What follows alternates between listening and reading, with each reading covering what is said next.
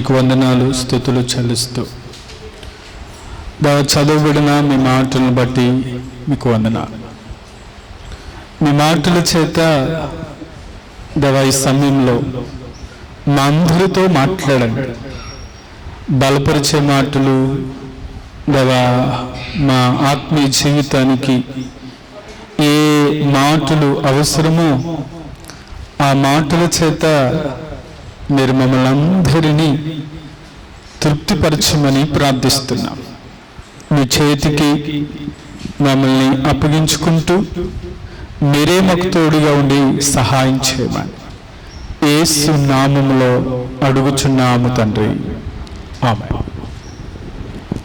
కొరింథీయులకు రాసిన ఈ 2వ పత్రిక 6వ అధ్యాయంలో 13వ వాక్యంలో ఒక చక్కని మాట, మీరు నా పిల్లలని మీతో ఇలా చెప్తున్నాను. పౌలు గారు తన సంఘంతో చెప్తున్నటువంటి మాటలు, మీరు నా పిల్లలు. దేవుడే మాట్లాడుతూ, నేను మీకు తండ్రినయుందును, మీరు నాకు కుమారులు కుమార్తెలయుందురని సర్వశక్తి గల ప్రభువు చెప్తున్నాడు. దానికి స్తోత్రం చెప్దాం. ఎవరు చెప్పండి? సర్వశక్తి గల ప్రభువు చెప్తున్నాడు. అని చెప్పే మాట ఏంటంటే, నేను మీకు తండ్రినై ఉందును, మీరు నాకేమై ఉంటారంటే కుమారులు కుమార్తెలై ఉంటారు. ఈరోజు ప్రపంచం, ఈరోజు ఒక స్పెషల్ డే ఏంటంటే ఫాదర్స్ డే. అందుకని ఆలోచించి ఈ ఫాదర్స్ డే సందర్భంగా ఒక పరమతండ్రి ఎలా ఉంటాడో కొన్ని విషయాలు ఈరోజు నేను మీతో పంచుకోవాలనుకున్నాను. చూడండి, ఈ మాటల్లో మనకి దేవుడే మనకు తండ్రిగా ఉంటే, మనం సహజంగా 3 రకాల, అంటే రకరకాలు కాదు, మన ఆత్మీయ జీవితంలో లేకపోతే మన భౌతిక జీవితంలో మనకు జన్మనిచ్చిన తల్లిదండ్రులు ఉంటారు. ప్రతి ఒక్కరికి ఎవరుంటారు? తల్లి, తండ్రి. ఒకవేళ ఈ మాటను బట్టి మనం ఏం చెప్పొచ్చు అంటే జన్మనిచ్చిన తండ్రి. రెండవది ఆత్మీయ తండ్రి, మనల్ని ఆత్మీయంగా వాక్యంలో పెంచుతూ, ఒకవేళ మనం రక్షణలోనికి నడిపించి మనల్ని దేవుని వాక్యములో పెంచుతున్నటువంటి వారిని మనం ఎలా భావించవచ్చు అంటే ఆత్మీయ తండ్రిగా భావించవచ్చు. అయితే మూడవది ఎవరు అంటే పరలోకమందున్న తండ్రి. ఈ పరలోకమందున్న తండ్రి అన్న మాట మనకి సుపరిచితమైనటువంటి మాట. శిష్యులు వచ్చి, అయ్యా మాకు ప్రార్థన నేర్పించండి అని అంటే, మీరు ఇలా ప్రార్థన చేయండి. ఎలా చెప్పండి? పరలోకమందున్న మా తండ్రి అని మనం ఆయన యేసుక్రీస్తు నేర్పిస్తూ వచ్చారు. ఒకవేళ మనం ఈ భూమి మీద ఉన్నాము అంటే ఒక కారణం జన్మనిచ్చిన తల్లిదండ్రులైతే, మరొక కారణం పరమ తండ్రి. దానికి స్తోత్రం చెప్దాం. ఒకవేళ మనం ఆత్మీయంగా ఎదుగుతున్నాము అని అంటే, మనల్ని ఆత్మీయంగా పోషిస్తున్నటువంటి ఆత్మీయ తండ్రి కూడా మనకు అవసరమే. ఆమె ఎవరు అవసరం? ఆత్మీయ తండ్రి కూడా అవసరం. రక్షించబడిన, ఒకవేళ మనం రక్షింపబడి మారు మనసు పొంది ఒకవేళ బాప్తిసం ఇచ్చినటువంటి వారే మన ఆత్మీయ తండ్రి అని అనుకోవచ్చు. ఒకవేళ వారు మాత్రమే కాదు, నేను ఆత్మీయంగా పెంచుతున్నటువంటి, లేకపోతే నేను వాక్యం ద్వారా పోషిస్తూ, నేను సంరక్షిస్తూ, ఒకవేళ నీ జీవితాన్ని సరిచేస్తూ సరైన మార్గంలో నడిపిస్తున్నటువంటి వారు కూడా నీకు ఆత్మీయ తండ్రే. కాబట్టి అలాంటి వారిని మనం ఆత్మీయ తండ్రులుగా భావించి మన ఆత్మీయ జీవితాన్ని కట్టుకుందాము గాక. అయితే ఈ మాటల్లో ఓ చక్కని మాట పౌలు గారు తెలియచేస్తూ ఏమంటాడంటే, మీరు నా పిల్లలు అని మాట్లాడుతూ, ఒకవేళ మనం దేవుని పిల్లలుగా మనం రక్షించబడి మారుమనసు పొంది బాప్తిసం పొందుతూ ఒకవేళ దేవుని పిల్లలుగా కొనసాగుతున్నటువంటి వారిని ఉద్దేశించి ఆయన స్పష్టంగా చెప్తున్నటువంటి మాట, మీరు అవిశ్వాసులతో ఎలా ఉండొద్దంట, జోడుగా ఉండొద్దు. ఒకవేళ నీతికి దుర్నీతికి ఏం సాంగత్యం? నీతున్న చోట ఏముండదంట, దుర్నీతి ఉండదు. ఒకవేళ అలాగే అంటాడు, వెలుగునకు చీకటితో ఏమి పొత్తు? వెలుగున్న చోట చీకటి ఉంటుందా? చెప్పండి. చీకటి ఉన్న చోట వెలుగు ఉండొచ్చు. ఒకవేళ ఆ చీకటి అంతా ఏమవుతుంది? పారిపోతుంది. ఒకవేళ మన జీవితంలో కూడా ఒకానొకప్పుడు ఒకవేళ చీకటి సంబంధమైన క్రియలు లేకపోతే చీకటి సంబంధమైన ఒకవేళ అలాంటివి ఉంటే, క్రీస్తుని అంగీకరించిన తర్వాత, క్రీస్తు మనలోనికి వచ్చిన తర్వాత వెలుగు సంబంధులుగా దేవుడే మనల్ని చేయునుగాక.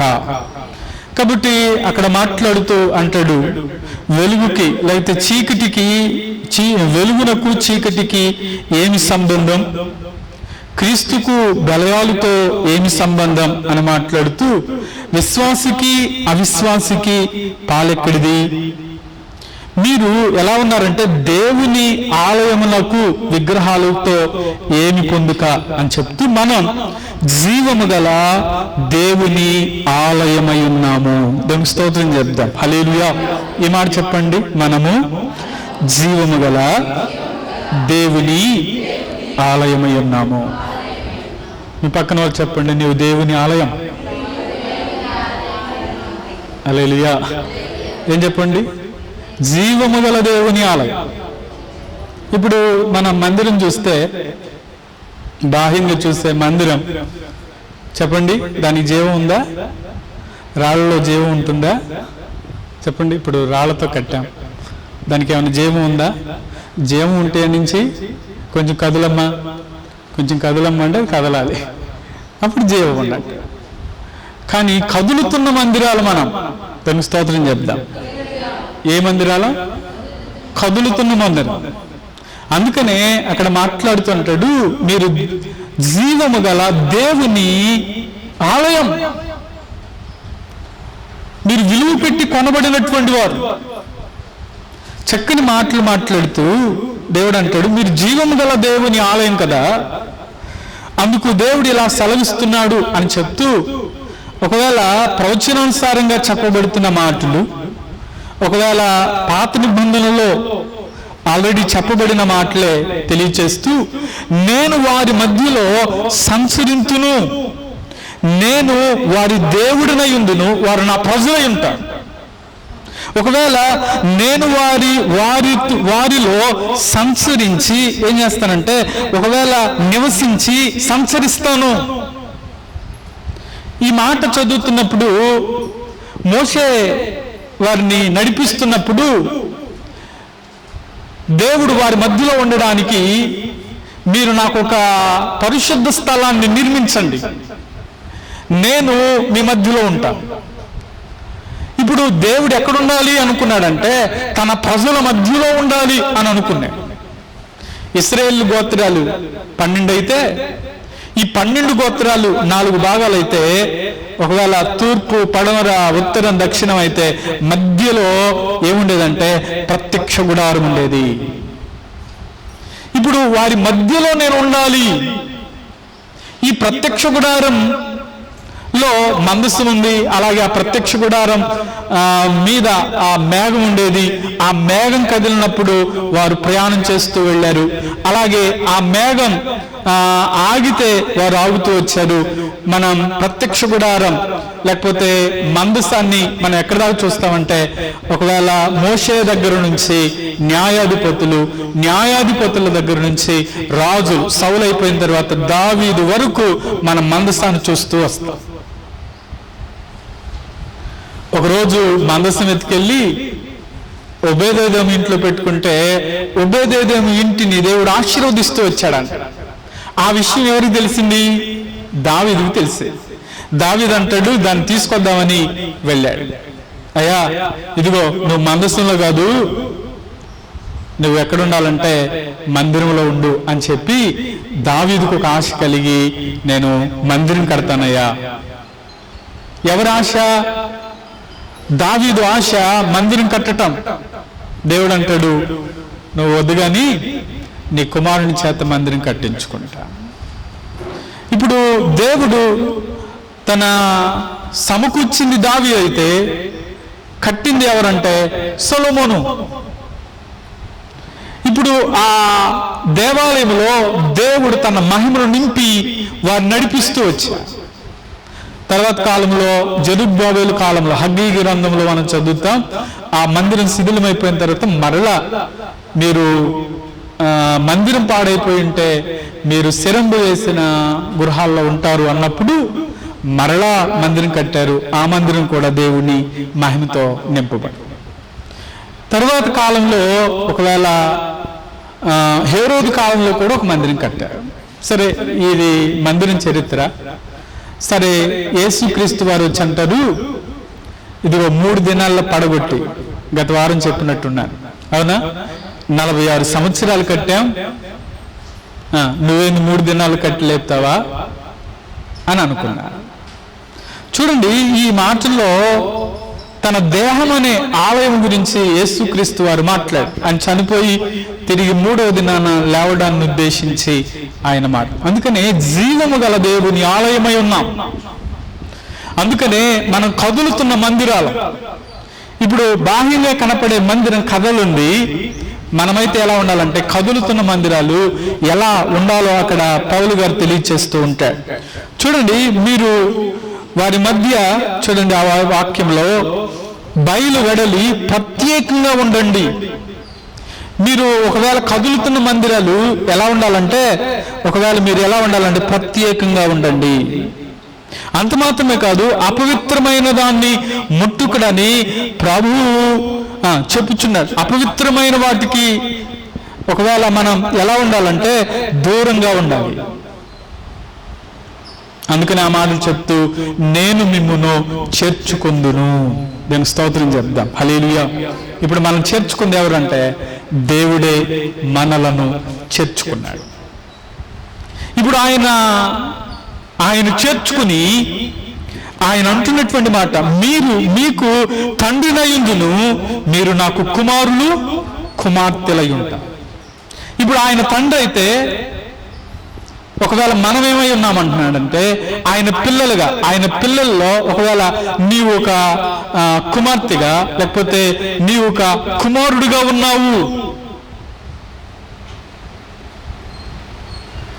దేవుడు మనకు తండ్రిగా ఉన్నప్పుడు మన జీవితాల్లో ఆయన ఏం చేయగలడు? ఒక తండ్రి జన్మనిచ్చిన తల్లిదండ్రులే తమ పిల్లలు ఒకవేళ వారిని ఎలా వారి కొరకు ఏమేమి సిద్ధపరుస్తారు, లేకపోతే వారి భవిష్యత్ కొరకు ఎన్ని ప్రణాళికలు వేసుకుంటూ ఉంటారు. జన్మనిచ్చిన తల్లిదండ్రులే వారి బిడ్డల భవిష్యత్ బాగుండాలి అని అనుకుంటే మరి పరమ తండ్రి అయినటువంటి దేవుడు ఏమనుకుంటాడు? అందుకనే నేను మీకు తండ్రి అయి ఉన్నాను, మీరు నాకు కుమారులు కుమార్తెలై ఉన్నారు అని మాట. అందుకని మీరు ఎలా ఉండాలంటే ప్రత్యేకంగా ఉండండి. అపవిత్రమైనది లేకపోతే అసహ్యమైనది మీ జీవితాల్లో ఉండకూడదు. అందుకని మీరు ఎలా ఉండాలంటే విశ్వాసులైనటువంటి వారు విశ్వాసులతోనే మీ జోడు ఉండాలి అని మాట్లాడతారు.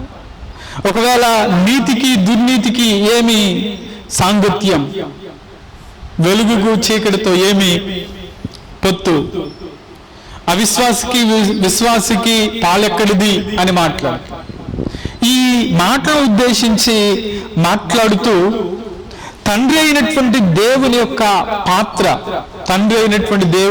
పాత్ర ఏంటి అంటే చూడండి, ఒక 5 విషయాలు నేను ఈ మధ్యాహ్నం వేళ మీతో పంచుకుంటాను. రండి, కీర్తన 23వ కీర్తనలో 4వ వాక్యాన్ని మనం ఒకసారి చదువు. గాఢాంధకారపు లోయలలో నేను సంచరించిన ఏ అపాయమునకు భయపడను, నీవు నాకు తోడయుండు, నీ దుడ్డి కర్రయు నీ దండమును నన్ను ఆదరించును. చాలండి. ఈ మాటలో ఓ తండ్రి తమ పిల్లలను ఏం చేస్తాడు అని మాట్లాడతాడు అంటే, కష్ట సమయాల్లో ఒకవేళ ఓదార్పు కోసం, ఒకవేళ బిడ్డలు కష్టాల్లో ఉన్నప్పుడు ఆ కష్టాన్ని ఎవరితో పంచుకుంటారు చెప్పండి? తండ్రి దగ్గరికి వెళ్ళి పంచుకుంటారు. అలాగే మన జీవితాల్లో కూడా ఆయన మనకు పరమ తండ్రి అని మనం అర్థం చేసుకోగలిగితే, మనకున్న కష్టములో, మనకున్న బాధలో, మనకున్న వేదనలో మనం ఎవరి దగ్గరికి వెళ్తామంటే పరమ తండ్రి అయిన దేవుని దగ్గరకు రాగలిగితే ఆయన నిశ్చయముగా నిన్ను బలపరుచునుగాక.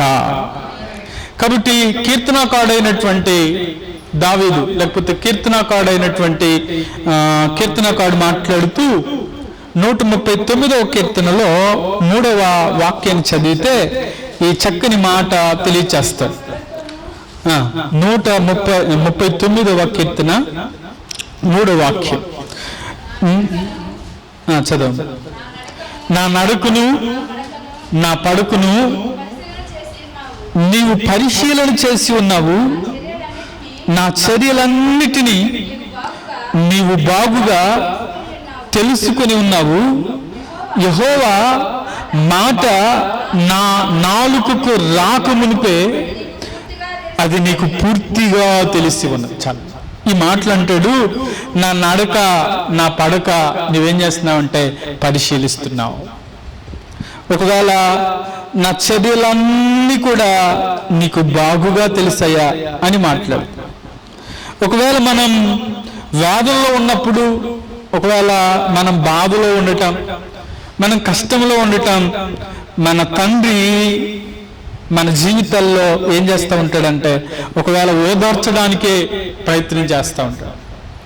ఒకవేళ అలాగే పరమ తండ్రి అయినటువంటి దేవుడు కూడా మన జీవితాల్లో ఏం చేయగలడు అంటే మన చర్యలన్నీ కూడా దేవునికి బాగుగా తెలుసు. ఒకవేళ మనం దేవుని దగ్గరికి రాగలిగితే, 138వ కీర్తనలో కూడా 3వ వాక్యం అంటాడు, నేను మొరపెట్టిన దినమున నీవు నాకు ఉత్తరం ఇచ్చితివి, నా ప్రాణములో త్రాణ పుట్టించి నన్ను ధైర్యపరిచితివి. ఇప్పుడు మనం దేవుని దగ్గరికి మనం ఎలా అయితే సమస్యల్లో ఉన్నప్పుడు, బలహీనతల్లో ఉన్నప్పుడు తండ్రి దగ్గరికి ఎలా అయితే వెళ్తామో, అలాగే పరమ తండ్రి అయినటువంటి దేవుని దగ్గరకు మనం వస్తూ ఉన్నప్పుడు ఆయన మన జీవితంలో ఏం చేయగలడు అంటే ఆయనే మన ప్రాణానికి త్రాణ పుట్టించి, దానికి స్తోత్రం చెప్దాం, హల్లెలూయా. ఆయన మనల్ని ఏం చేయగలడు అంటే ధైర్యపరచగలడు. దానికి స్తోత్రం చెప్దాం. ఏం చేస్తాడంట? ధైర్యపరిచేవాడు. ఒకవేళ మన పరిస్థితులన్నిటిలో కూడా దేవుడు ఏం చేయగలడు అంటే ఆయన మనల్ని ఆదరించేవాడు. అందుకని ఒకవేళ గాఢాంధకారపు లోయలలో నేను సంచరించిన ఏ అపాయమునకు నేను భయపడను. ఎందుకంటే దేవుడు నీవు నాకు తోడుగా ఉన్నావు, నీ దండము నన్ను ఆదరిస్తుంది. దేవుడు ఆదరణకర్తగా ఎప్పుడు ఆదరించబడతాం అనంటే మనం తండ్రి దగ్గరికి వెళ్ళినప్పుడు, మనం తండ్రి దగ్గరికి ఎప్పుడైతే, ఆ పరమ తండ్రి దగ్గరికి ఎప్పుడైతే వెళ్తామో ఆయన మనల్ని బాగుగా ఎరిగి ఉన్నాడు. కాబట్టి మనకున్న పరిస్థితుల్లో ఒకవేళ మనం కూర్చోవటం, నిలుచుండటం, ఒకవేళ మన శ్రమల్లో ఉండటం, మన కష్టాల్లో ఉండటం, మన వేదనలో ఉండటం, మన బాధలో ఉండటం, ప్రతి పరిస్థితిలో కూడా దేవుడు ఏం చేస్తూ ఉంటాడంటే మనల్ని చూస్తూనే ఉంటాడు. అయితే ఆ సమస్యల్లో మనం ఒకవేళ మనుషుల వైపు చూడక, లేకపోతే మనం ఇతరుల సహాయం వైపు కాదు కానీ పరమ తండ్రి అయినటువంటి దేవుని వైపు చూస్తూ మనం మొరపెట్టగలిగితే, అందుకనే అంటున్నాడు, నేను మొరపెట్టిన దినమున నీవు నాకు ఉత్తరమిచ్చావు. అలాగే అంటే నా ప్రాణములో త్రాణ పుట్టించి నన్ను ధైర్యపరిచావయ్యా. కాబట్టి నా ప్రాణములో త్రాణ పుట్టించి అంటే ఒక విధంగా చనిపోవడానికి నా ప్రాణములో త్రాణ పుట్టించి అంటే అసలు ఏమి లేదు అన్న ఆ పరిస్థితిలో నుంచి దేవుడు ఏం చేస్తూ వచ్చాడంటే ధైర్యపరుస్తూ వచ్చాడు, ఆదరిస్తూ వచ్చాడు. ఒకవేళ వారి జీవితాల్లో ఏమేమి అవసరమో అవన్నీ కూడా దేవుడే సమకూర్చునుగాక. కాబట్టి తండ్రి మనల్ని ఏం చేస్తాడంటే ఓదార్చేవాడు, ఆదరించేవాడు. ఇది మొదటి విషయం. అయితే తండ్రి మనల్ని ఏం చేస్తాడు అంటే చూడండి, కీర్తన 23వ కీర్తనలోనే 3వ వాక్యం చదివితే ఆడ చక్కని మాట మనకు కనబడుతుంది. నా ప్రాణములకు ఆయన సేద తీర్చుచున్నాడు, తన నామమును బట్టి నీతి మార్గములో నన్ను నడిపించుచున్నాడు. చాలండి, ఈ మాట చెబుదామా? తన నామమును బట్టి నీతి మార్గములో నన్ను నడిపించుచున్నాడు. ఈ తండ్రి సహజంగా జన్మనిచ్చిన తల్లిదండ్రులైనా, ఒకవేళ ఆత్మీయ తల్లిదండ్రులైనా మనల్ని ఎలా నడిపించాలని చూస్తూ ఉంటారంటే వారిని నీతిగానే నడిపించాలని చూస్తూ ఉంటారు. ఇప్పుడు మన తండ్రులు ఉన్నారు, వారు మనల్ని ఎలా నడిపించారు? క్రమంగా నడిపించారా? నీతిగానే జీవించాలని నడిపిస్తూ వచ్చారు కదా. అందుకనే పరమ తండ్రి అయితే తన నామమును బట్టి మనల్ని ఏం చేస్తున్నాడంటే నీతి మార్గములో అంటే నీతిగా నీవు జీవించాలి. ఆయన పరిశుద్ధుడు, ఆయన నీతిమంతుడు. ఆయన పిల్లలైనటువంటి మనం కూడా ఎలా ఉండాలని కోరుకుంటాడంటే నీతి మార్గములోనే నడవాలని కోరుకుంటాడు. మన జీవితాల్లో చక్కని మార్గనిర్దేశాన్ని, ఓ మార్గంలో, అందుకని మనకు తెలుసు ఈ లోకంలో 2 దారులు ఉన్నాయి, 2 మార్గాలు ఉన్నాయి. ఒకటి విశాలమైన మార్గం, ఇంకోటి ఇరుకు మార్గం. ఇప్పుడు విశాలమైన మార్గంలో చాలా మంది అనుకున్నారు, అందరూ వెళ్తున్నారు కదా, నేను కూడా అలా వెళ్తానులే. ఇప్పుడు ఒకవేళ వాడు పడిన గుంటలో వాడు వెనక్కి వెళ్ళటం వల్ల నువ్వు కూడా ఏమవుతున్నావు? గుంటలోనే పడిపోతావు.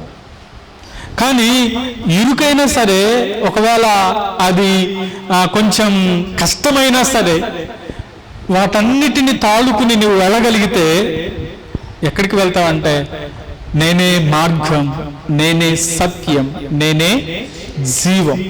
కాబట్టి ఆయన ఏ మార్గములో నడిపిస్తున్నాడో ఆ మార్గములో మనం ఏం చేయాలంటే నడవడానికి ఇష్టపడాలి. అందుకని ఈ మాటను బట్టి నేనేమంటానంటే పరమ తండ్రి అయినటువంటి దేవుడు మొదటిది ఆదరించేవాడు అయితే, లేకపోతే ఓదార్చేవాడు అయితే, పరమ తండ్రి అయిన దేవుడు మనను ఒక చక్కని మార్గములో, నీతి మార్గములో ఆయన ఏం చేస్తాడంటే నడిపిస్తాడు. ఒకవేళ ఈ లోక తల్లిదండ్రులు మనకు మంచి సలహా ఇస్తారు, ఎవరో తెలియదు, బిడ్డలకి మంచి సలహాని ఇస్తారు. ఒకవేళ వారిచ్చే సలహాలైనా తప్పిపోవచ్చేమో, ఒకవేళ సరైన నిర్ణయాలు చేయకపోవచ్చేమో. కానీ పరమ తండ్రి అయినటువంటి దేవుడు ఓ చక్కని మార్గంలోనే మనల్ని నడిపించునుగాక.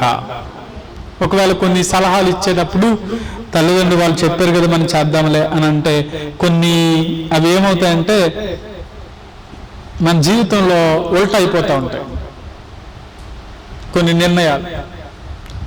కానీ పరమ తండ్రి అయినటువంటి దేవుని యొక్క సలహా, లేకపోతే ఆయన మార్గములో మనం నడుస్తూ ఉన్నప్పుడు ఆయన ఏ విషయంలో కూడా మనల్ని తప్పిపోయే మార్గంలో ఆయన నడిపించు. ఒకవేళ మనం నడిచి ఆయనే నన్ను ఇలా నడిపించాడు, నేను అందుకే ఇలా ఉన్నాను అంటే, ఒకవేళ నువ్వు అనుకున్న మార్గంలో నడిచావు కానీ దేవుడు అనుకున్న మార్గంలో నీవు నడవలు. ఈరోజు దేవుడు పరమ తండ్రిగా ఆయన మనకుంటే ఆయన నీతి మార్గములోనే మనల్ని నడిపించునుగాక. తన భక్తులైనటువంటి వారందరి జీవితాలు మీరు పరిశీలన చేయండి. ప్రతి ఒక్కరి జీవితం ఒకవేళ ప్రారంభం ఒకవేళ అవిధేయతలున్నా వారి ముగింపు ఎలా ఉంటుందంటే నీతితో కూడినటువంటి జీవితాలు ఉంటాయి. ఆమె అవునంటారా కాదంటారు? ఒకవేళ మన మార్గాలు ఒకవేళ ప్రారంభంలో ఎలా ఉన్నా మన మార్గం ఎలా ముగియాలి అంటే నీతితో మన జీవితాలు ముగించునుగాక. అందుకనే పరమ తండ్రి అయినటువంటి దేవుడు తన నామాన్ని బట్టి వారిని ఎలా నడిపిస్తున్నాడంటే నీతి మార్గములో నడిపిస్తున్నాడు.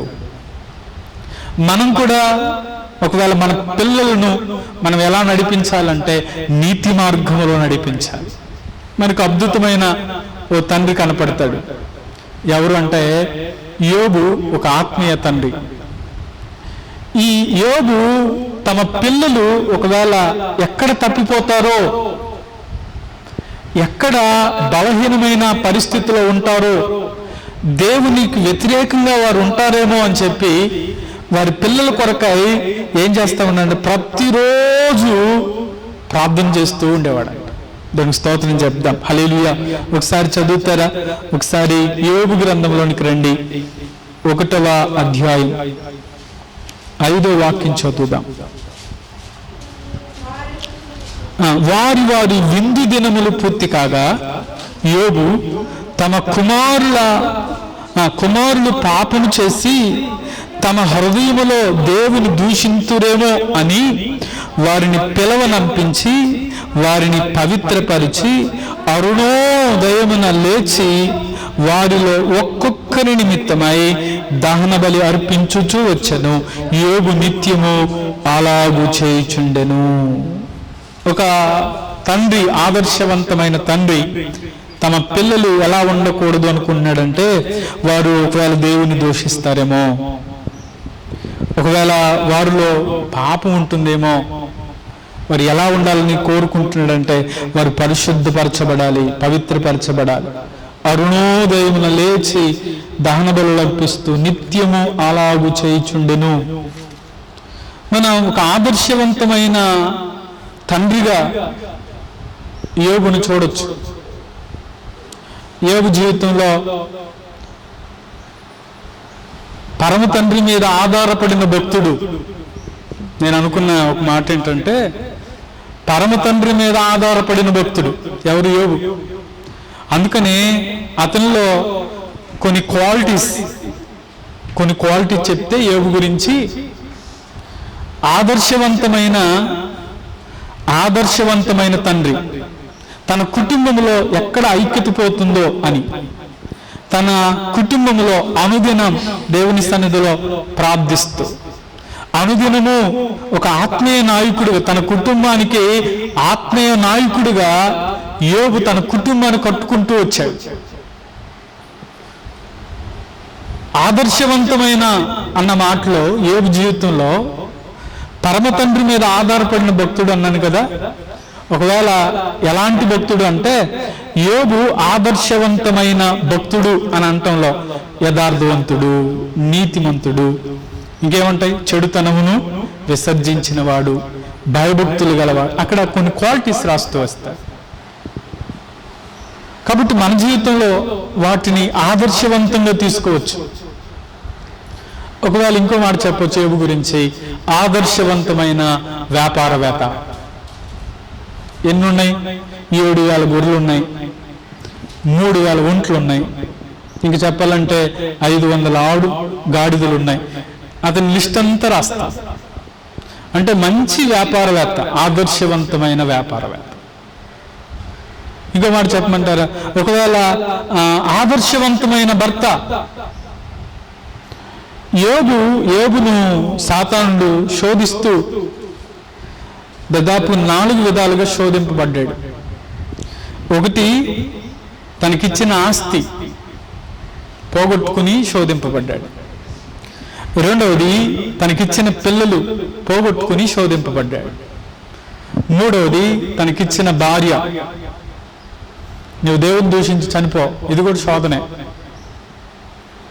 ఇంకొక శోధన, తన శరీరం మీద ప్రభావం. అన్ని కురుపులు, గోలుగొళ్ళేవంట. ఏం లేవంట? గోలుగొళ్ళేవు. చెల్ల పెంకులతో గీక్కుంటున్నటువంటి పరిస్థితి. అయినా తన జీవితంలో దేవుడు అనుమతించాడు. యెహోవా ఇచ్చాడు, యెహోవా తీసుకున్నాడు అని చెప్పగలిగాడు. అందుకని తనలో ఉన్న ఆదర్శం. అందుకని ఇంకో మాట చెప్పాలంటే, ఆదర్శవంతమైన స్నేహితుడు. తన స్నేహితులు దూషించి ఒకవేళ అవమానకరంగా మాట్లాడినా ఆ స్నేహితులు కూడా ఏమన్నటువంటి భక్తుడు యోబు.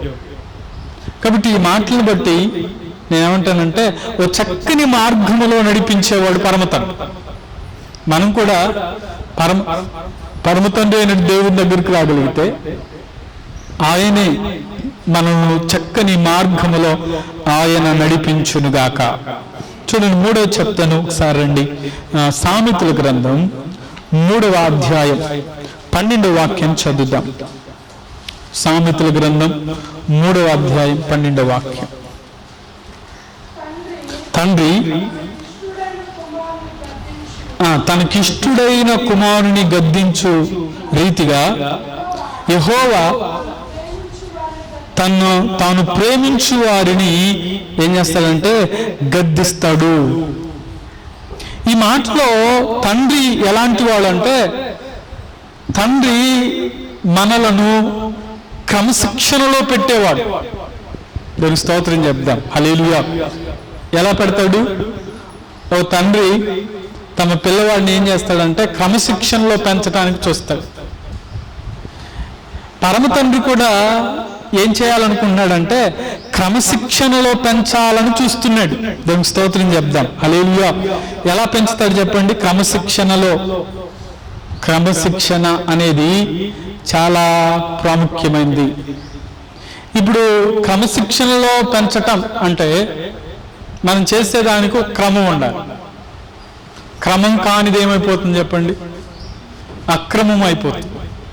అందుకని ఈ మాటలో తండ్రి తనకిష్టుడైన కుమారుని గద్దించు రీతిగా యెహోవా తను ప్రేమించే వారిని గద్దిస్తాడు. పదే పదే దేవుడు ఈ మాటలు మనకు తెలియచేస్తా వస్తున్నాడు. ఎవరిని దేవుడు సరిచేసుకోమని చెప్తాడు? గత వారం చెప్పాను. సరిచేసుకోవాల్సింది ఎవరు? దేవుడు ఎవరిని సరిచేసుకోమని చెప్తాడు? హల్లెలూయా. విన్నారా? ఇక్కడే ఉన్నారా? ఒకసారి ఆ మాట చదవండి. నేను రివిజన్ చెప్పకుండా చదవమన్నాను.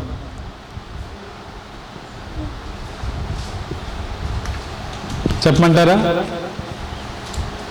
ప్రకటన గ్రంథం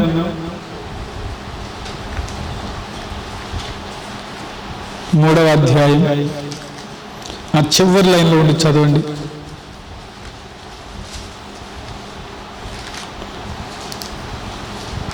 పంతొమ్మిదవ వాక్యం. నేను ప్రేమించు వారందరినీ గర్జించి శిక్షించుచున్నాను గనుక నీవు ఆసక్తి కలిగి మారు మనస్సు పొందుము. దేవుడు తను ప్రేమించే వారందరినీ ఏం చేస్తాడంట? గద్దించి శిక్షిస్తున్నాడు. గనుక నువ్వేం చేయాలంటే ఆసక్తి కలిగి మారు మనసు పొందు. ఈ మాటలో తప్పకుండా తండ్రి అయినటువంటి పరమ తండ్రి అయినటువంటి దేవుడు కూడా ఏం చేయాలనుకున్నాడంటే తను ప్రేమించే వారిని గద్దిస్తాడు. అంత మాత్రమే కాదు, తనకిష్టమైన కుమారుని ఒకవేళ గద్దించేటప్పుడు ఒకవేళ శిక్ష వేసేది ఎవరికి అంటే వారు సరిచేసుకుంటారనే కదా. తను ప్రేమించే వారిని దేవుడు ఏం చేస్తున్నాడంటే గద్దిస్తున్నాడు. క్రమశిక్షణ అనేది చాలా ప్రాముఖ్యమైనది. కొన్నిసార్లు క్రమశిక్షణ లేకపోతే దానికి పర్యవస్థానం కొన్ని శిక్షలు పడాల్సిందే. నా అనుభవం చెప్తాను, జాగ్రత్తగా వినండి.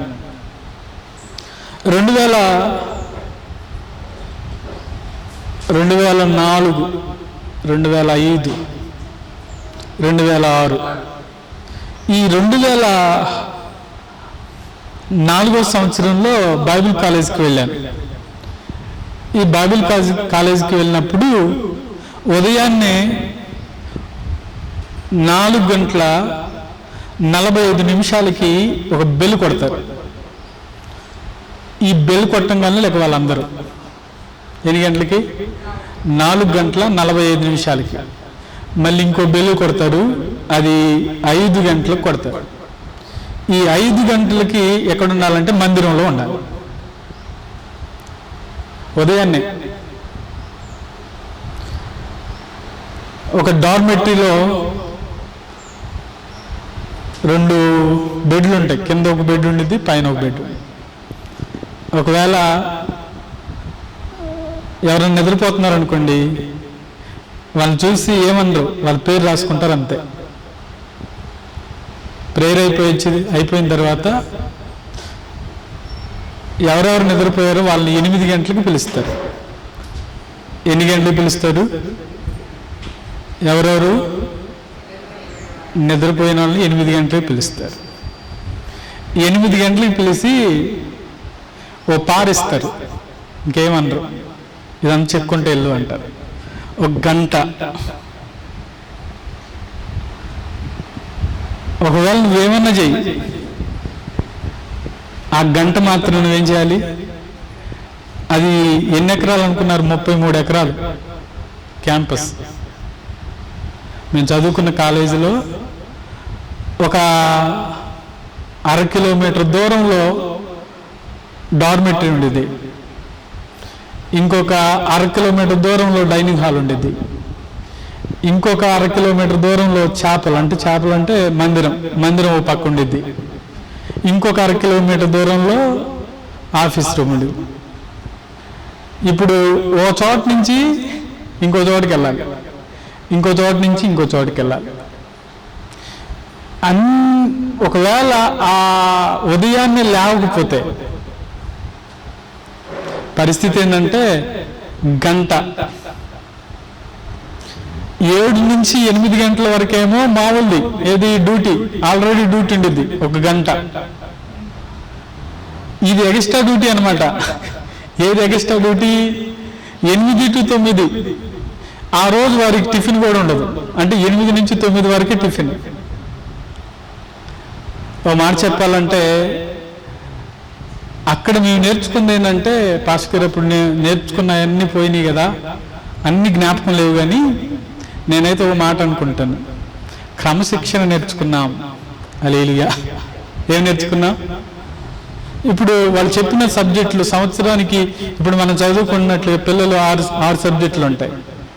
ఇప్పుడు తర్వాత దీంట్లో అయితేనేమో, ఇంజనీరింగ్లో అయితేనేమో ఒక సెమ్ ఉండిద్ది, తర్వాత ఇంకో సెమ్, అంతే కదా? అంతేనా? ఇంజనీరింగ్లో ఒక సెమ్ ఉండిద్ది, తర్వాత ఇంకో సెమ్. ఒక సెమ్లో ఎన్ని సబ్జెక్టులు ఉంటాయి? 6 ఉంటాయి. మాకు కూడా దాదాపుగా ఒక 10 సబ్జెక్టులు ఉండేవి సంవత్సరానికి. అన్ని ఎగ్జామ్స్ ఉండేవి.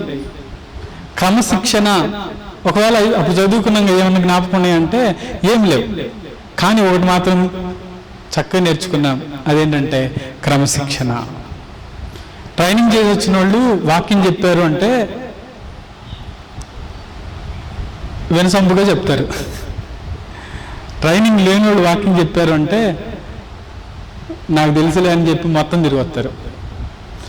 కొంతమంది వాక్యం చెప్పేటప్పుడు పాస్టర్ మాకు అర్థం కావట్లేదు అంటారు. కొంతమంది వాక్యం చెప్పేటప్పుడు ఇంకొంచెం సేపు వింటే బాగుండు అని అనిపిస్తూ ఉండేది. ఎప్పుడైనా ఉన్నారా? అంటే ట్రైనింగ్ లేని దానికి ట్రైనింగ్ ఉన్నదానికి తేడా అదే. రెండోది, ఎక్కడ ఏ వాక్యం చెప్పాలో ఆ వాక్యం చెప్పాలి. ఇప్పుడు పెళ్ళికి పిలిచారనుకోండి, పెళ్ళిలో వాక్యం చెప్పమంటే చావు గురించి చెప్తే ఓ పాస్టర్ అదే అన్నాడు. పెళ్ళికి పిలిచి నాకన్నా అందరూ చాలా పెద్దోళ్ళే, శాంతి మా నాన్నకి ఎత్తుంటే ఏం చదువుతున్నారు అర్థం కావట్లేదు, ఇదిగో ఆ పిల్లలు నువ్వే వాక్యం చెప్పు అని చెప్పి నాకు ఇచ్చాడు. అందరు పెద్దోళ్ళు అందరూ ఉన్నారు అక్కడే. కానీ దేవుడు ఇచ్చిన అవకాశాన్ని సద్వినియోగం చేసుకోవాలి కదా. అంటే చాలా పరిస్థితుల్లో మనం ఏం నేర్చుకుంటామంటే క్రమశిక్షణ నేర్చుకోవాలి. ఒకవేళ ఆ శిక్షణ కూడా ఎందుకు అంటే నిన్ను సరి చేసుకోవడానికే. ఇలాంటి అనుభవాలు చెప్పాలంటే చాలా ఉన్నాయి. ఒకవేళ దేవుడు మనల్ని ప్రేమించి మనల్ని గద్దించి ఏం చేస్తూ ఉంటాడంటే సరి చేస్తూ ఉంటాడు. పరమ తండ్రి అయినటువంటి దేవుడు మనల్ని శిక్షిస్తున్నాడు అని అంటాడు మనల్ని సరి చేయడానికే. హెబ్రీ గ్రంథకర్త అయినటువంటి గ్రంథకర్త కూడా చెప్తాడు, ఒకసారి చదువుతారా? హెబ్రీ గ్రంథం 12వ అధ్యాయంలో క్రమశిక్షణ గురించి మాట్లాడతాడు. ఒకసారి రండి, హెబ్రీ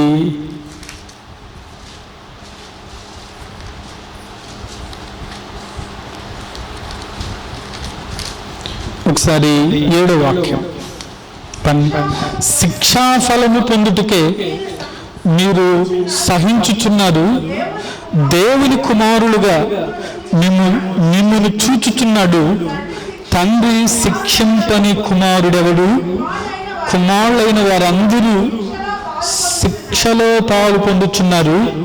మీరు పొందని ఎడల దుర్బోజులే గాని కుమారులు కాదు.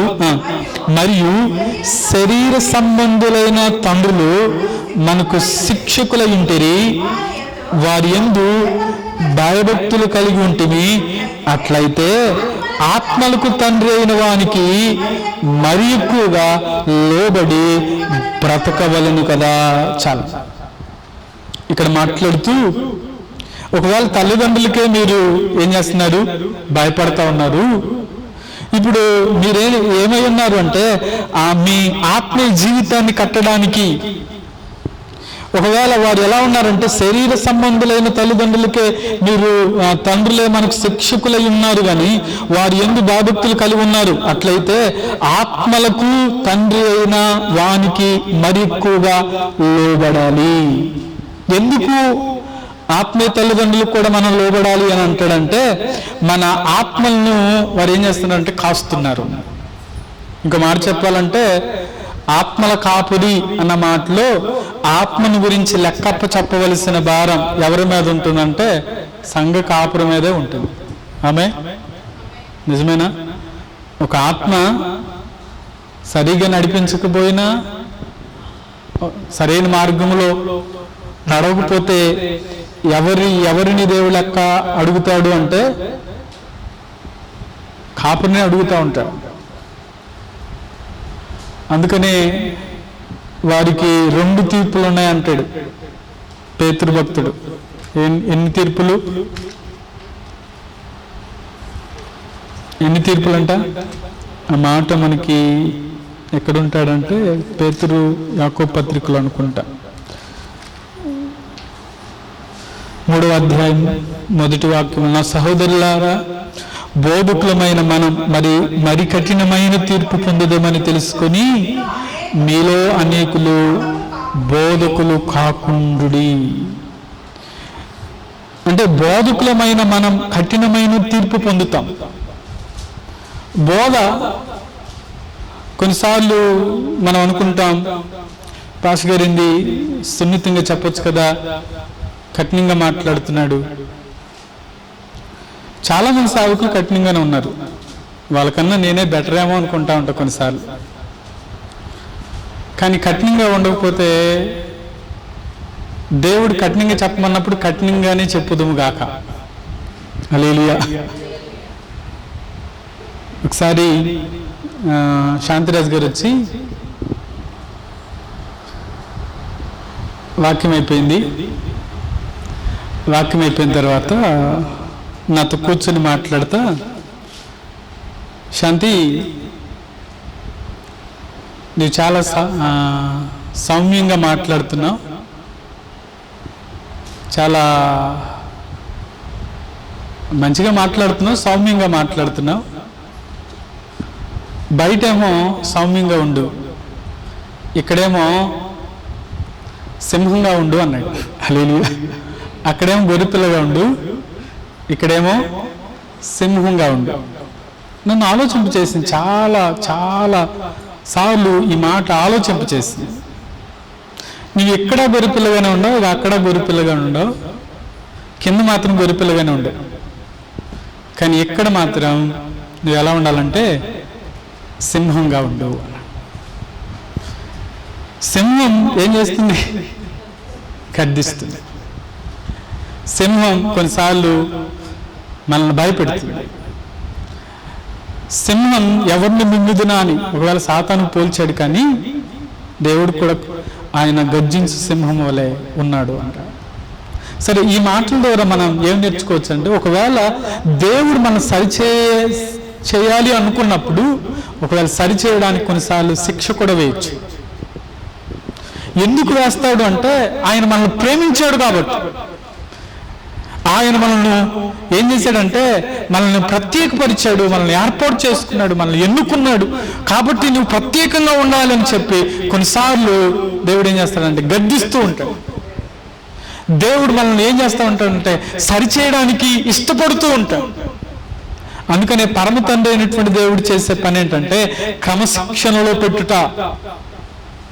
మొదటిది ఆదరించేవాడైతే, రెండవది నీతి మార్గంలో నడిపించేవాడు, మూడవది ఏం చేస్తాడంటే తప్పకుండా క్రమశిక్షణలో తండ్రి ఏం చేస్తాడంటే మనల్ని దిద్దుతాడు. అందుకని కొన్ని మాటలు అంటాడు, దిద్దుబాటు నీకు అసహ్యం కదా. దిద్దుకోవటం మనకి ఏమవ్వకూడదంటే అసహ్యం అవ్వకూడదు. మన ఆత్మీయ జీవితానికి మనం దిద్దుకుంటూ ఉంటే క్రమశిక్షణలో ఉంటాం. క్రమశిక్షణలో ఉండటమే కాదు, దేవుడు మనకి ఏదైతే సిద్ధపరిచాడో వాటిని స్వతంత్రించుకుందాముగాక. కాబట్టి దేవుడే మన పరమ తండ్రిగా ఉంటే ఆయన మన జీవితంలో మరొక మాట చదువుదామా ఒకసారి. లూకాసు సువార్త 12వ అధ్యాయం 28వ వాక్యం నుంచి చదువుదాం.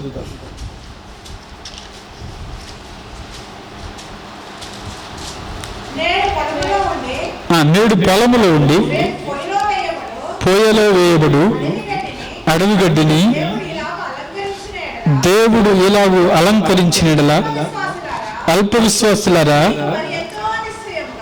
మరి ఎంతో నిశ్చయముగా వస్త్రములిచ్చును, ఏమి తిందుమో ఏమి తాగుదుమో అని విచారింపకుడి, అనుమానము కలిగి ఉండకుడి. ఈ లోకపు జనులు వీటన్నిటిని వెతుకుదురు, ఇవి మీకు కావలసి ఉన్నవని మీ తండ్రికి తెలియను. మీరైతే ఆయన రాజ్యమును వెతుకుడి, దానితో కూడా ఇవి మీకు అనుగ్రహించబడు. చాలా ఈ మాటలో ఏమని చెప్పాలనుకున్నాడంటే, అల్ప విశ్వాసులారా మీకు మరి ఎంతో నిశ్చయముగా వస్త్రాలు ఇచ్చును.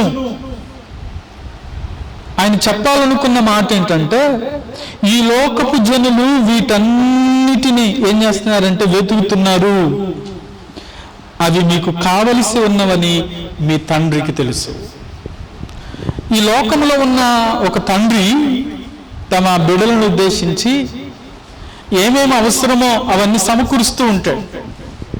అలాగే పరమ తండ్రి అయినటువంటి దేవుడు కూడా ఏం చేస్తాడు అంటే, అందుకనే పరమ తండ్రి మనకి ఏది ఏ సమయంలో అవసరమో ఆయన సమకూర్చేవాడు. దానికి స్తోత్రం చెప్తాం. ఎప్పుడు మనకి ఏది అవసరమో ఆయన సమకూరుస్తాడు. అయితే మొదట ఆయన నీతిని, ఆయన రాజ్యాన్ని వెతకండి, అప్పుడు అవన్నీ కూడా మీకేం చేస్తాయంటే అనుగ్రహించబడతాయి. మనం మొదటి ప్రాధాన్యత దేవునికి ఇచ్చి మనం ముందుకు సాగగలిగితే మనకు ఏది అవసరమో అవసరాలన్నీ దేవుడే సమకూర్చునుగాక. నిశ్చయంగా దేవుడు మన అవసరాల్లో మనకి ఏది అవసరమో, అందుకని ఒక మాట మనం చదివితే ఫిలిప్పీలకు రాసినటువంటి పత్రికలో 4వ అధ్యాయం 19వ వాక్యంలో ఫిలిప్పీలకు రాసి, కాగా దేవుడు తన ఐశ్వర్యము చొప్పున క్రీస్తు యేసునందున్న మహిమలో మీ ప్రతి అవసరమును తీర్చును చాలండి. ఇక్కడ ఏమంటాడంటే దేవుడు తన ఐశ్వర్యము చొప్పున క్రీస్తు యేసునందున్న మహిమలో మీ ప్రతి అవసరాన్ని దేవుడు తీరుస్తాడు. ఇప్పుడు పరమ తండ్రిని మనం కనపరచటం ద్వారా, మనం పరమ తండ్రి అయినటువంటి దేవుణ్ణి వెతకటం ద్వారా దేవుడు తప్పకుండా మన అవసరాల్లో, అందుకనే మనం మొదటి ప్రాధాన్యత దేవునికి ఇవ్వగలిగితే దేవుడే మన జీవితాల్లో గొప్ప కార్యాలు చేయనుగాక నిశ్చయంగా. అందుకనే ఇక్కడ పౌలు గారు తెలియచేస్తూ చెప్పే మాటలు ఏంటంటే, నేను గత వారం కూడా ఈ మాట చెప్పినట్టు నాకు గుర్తు. ఏమంటాడంటే, నేను ఈవిని ఆపేక్షించి ఇలా చెప్పట్లేదు, కానీ 17వ వాక్యంలో మీ లెక్కకు విస్తార ఫలము రావాలనని ఆపేక్షించి చెప్తున్నాను అని అంటాడు. ఇప్పుడు నాకేదో ఈవి మీరు ఇస్తారని చెప్పట్లేదు, అయితే మీరు ఫలభరితంగా ఉండాలంటే దేవునికి ఇవ్వాలి. దేవునికి ఇస్తే అప్పుడు అంటున్నాడు కాగా, అంటే ఇవన్నీ చెప్పిన తర్వాత కాగా దేవుడు తన ఐశ్వర్యము చొప్పున క్రీస్తు యేసునందున్న మహిమలో మీ ప్రతి అవసరం తీరు.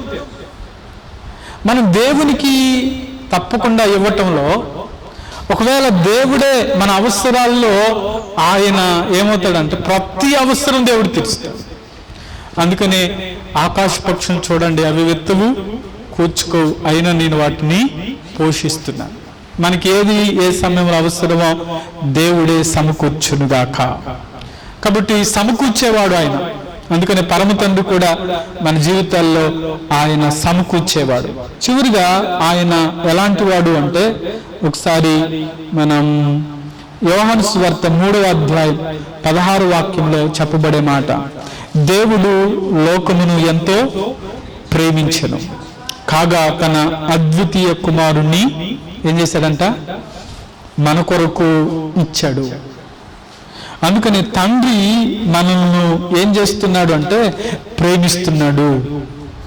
అందుకని ఆయన ప్రేమించి మన కొరకు ఏం సిద్ధపరుస్తున్నాడు అనంటే ఆ మాటలు అంటాడు, విశ్వసించు ప్రతి వాడును నశింపక నిత్య జీవము పొందినట్లు ఆయనను అనుగ్రహించెను. దేవుడు మనల్ని ప్రేమించి ఏమి ఇవ్వాలనుకున్నాడంటే, పరమ తండ్రి మనకు నిత్య జీవం ఇవ్వాలనుకున్నాడు. అందుకనే తను ప్రేమించాడు. కాబట్టి ఈ లోకమును దేవుడు ఎంతో ప్రేమించి నశించిపోతున్న వారందరినీ వెతికి రక్షించటానికి మనిషి కుమారుడిగా యేసుక్రీస్తు వారిని ఈ లోకానికి పంపాడు.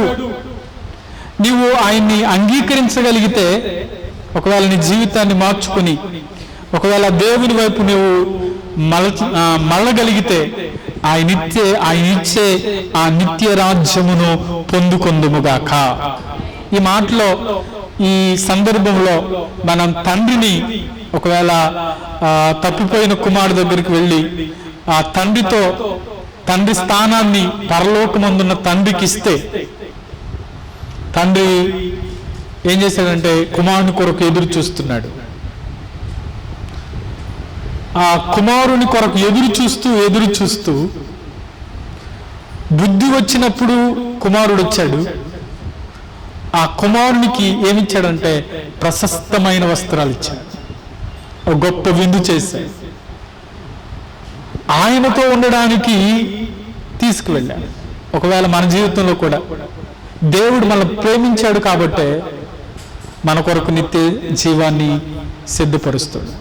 ఒకవేళ రక్షింపబడి మారు మనసు పొంది బాప్తిసం పొందిన బిడ్డలు ఓకే, ఇంకా రక్షణలోనికి రాక ఇంకా వారి జీవితాలు మార్చుకోకపోతే ఆయన ఇచ్చే ఆ నిత్య జీవాన్ని పొందుకోవాలంటే తప్పకుండా రక్షింపబడి మారు మనసు పొంది బాప్తిసం పొందటం ద్వారా దేవుని బిడ్డలుగా మలచబడి దేవుడిచ్చే ఆ స్వాస్థ్యం, దేవుడిచ్చే ఆ నిత్య జీవాన్ని మనం పొందుకొందుముగాక. కాబట్టి ఈరోజు ఒకవేళ ఈ లోక తండ్రులు ఇవన్నీ సమకూర్చారో తెలియదు, కానీ పరలోకమందున్న తండ్రి మాత్రం మనకు సమకూర్చేవాడిగా ఉండునుగాక. అందుకనే ఆ మాటలో ఒక ఆదర్శవంతమైన తండ్రి అని యోబుని చెప్పాను. ఇంకో మాట చెప్పాలంటే ఆదర్శవంతమైన లేకపోతే విశ్వాసులకు తండ్రి అని అబ్రహామును మనం చూడొచ్చు. యోసేపును ఒక బాధ్యత గల తండ్రిగా మనం చూడొచ్చు. ఒకవేళ ఒక్కొక్కరి జీవితంలో ఒక్కొక్క భాగాన్ని మనం ధ్యానం చేస్తూ ఉండొచ్చు. అయితే వీటన్నిటికీ మించిన మాట, పరమ తండ్రి అయిన దేవుడు మనల్ని ఓదార్చేవాడు ఆయనే, మనలను నీతి మార్గంలో నడిపించేది ఆయనే, ఒకవేళ మనల్ని క్రమశిక్షణలో పెట్టేది ఆయనే. అంత మాత్రమే కాదు, మనకు సమకూర్చేది ఆయనే. మనల్ని ప్రేమించి మన కొరకు నిత్య రాజ్యాన్ని సిద్ధపరిచింది కూడా పరమత. కాబట్టి ఆ పరమ తండ్రి దగ్గరకు వద్దాం. దేవుడు మన కొరకు సిద్ధపరిచిన ఆ ఈవిని స్వతంత్రించుకోవడానికి మన జీవితాన్ని సిద్ధపరచుకుందాం. అటువంటి కృప దేవుడు మనకు దయచేయనుగాక. కళ్ళు మూసుకుందాం, ప్రార్థించేద్దాం. కళ్ళు ఉంచుదాం, కళ్ళు మూసుకుందాం, ప్రార్థన చేద్దాం. కృపగల తండ్రి, దయగలిగినటువంటి దేవానికి వందనాలు. ఈ ఉదయకాల వేళలో దేవా, మీ సన్నిధిలో నిలిచి ఉండడానికి మీరు ఇచ్చిన కృపను బట్టి స్తోత్రాలు. నిజమే, నేను మీకు తండ్రిని ఇందును, మీరు నాకు కుమారులు కుమార్తెలై ఉంటారు. తండ్రి యొక్క బాధ్యత, తండ్రి పాత్ర ఏంటో, పరమ తండ్రి అయిన పాత్ర ఏంటో కొన్ని విషయాలు మీరు మాతో పంచుతూ వచ్చినందుకే స్తోత్ర. నిజమే దేవా, ఆదరించే దేవునిగా, దేవా ఒక చక్కని మార్గం నిర్దేశం చేసే దేవునిగా, క్రమశిక్షణలో పెంచే దేవునిగా, సమకూర్చే దేవునిగా, అంత మాత్రం కాదు ప్రేమించి నిత్య రాజ్యాన్ని సిద్ధపరిచిన తండ్రిగా, దేవా మా జీవితాల్లో మీరు ఇలా నడిపిస్తున్నందుకే వందనాలు. మీరు ప్రేమించారు కాబట్టి గద్దించి శిక్షిస్తున్నారు. నిజమే, తండ్రి తనకిష్టమైన కుమారుని గద్దించు రీతిగా కొన్నిసార్లు గద్దిస్తున్నా లోబడినటువంటి వారిగా, కొన్నిసార్లు హెచ్చరిస్తున్నా సరిచేసుకుని వారిగా, ఎన్నోసార్లు దేవుడు దేవా సూటిగా మాట్లాడుతున్నా ఇది నాకు కాదులే అని అనుకుంటూ, ఒకవేళ దేవా మీరు మాతో మాట్లాడుతున్న ప్రతి మాట అవి మా ఆత్మీయ జీవితాన్ని బలపరిచేవి అని దేవా మమ్మల్ని మేము సరి చేసుకుంటూ మీ మాట వింటూ మీకు లోబడి మేము ముందుకు సాగడానికి మీరు సహాయం చేరిన బిడ్డలందరినీ బలపరచండి. మీరే మీ బిడ్డలకు తండ్రిగా, పరలోకమందున్న తండ్రిగా, పరమ తండ్రిగా మీరే ఆదరించి దేవా, మీరే దేవా ఒక చక్కని మార్గంలో నడిపిస్తూ దేవా మీ బిడ్డలను క్రమశిక్షణలో పెంచుతూ, అలాగే దేవా ప్రతిదీ మీ బిడ్డల కొరకై సమకూర్చి దేవా అంత మాత్రమే కాదు, పరమందు నిత్యరాజ్యములో ఒక్కొక్కరు ఉండులాగున మీరే సిద్ధపరచమని ప్రార్థిస్తూ, చెరొచ్చిన బిడ్డలందరినీ దీవించి బలపరచి మేలు చేత నింపమని దేవా ఒక్కొక్కరిని తృప్తిపరచు. యేసు నామములో అడుగుచున్నాము తండ్రి, ఆమేన్.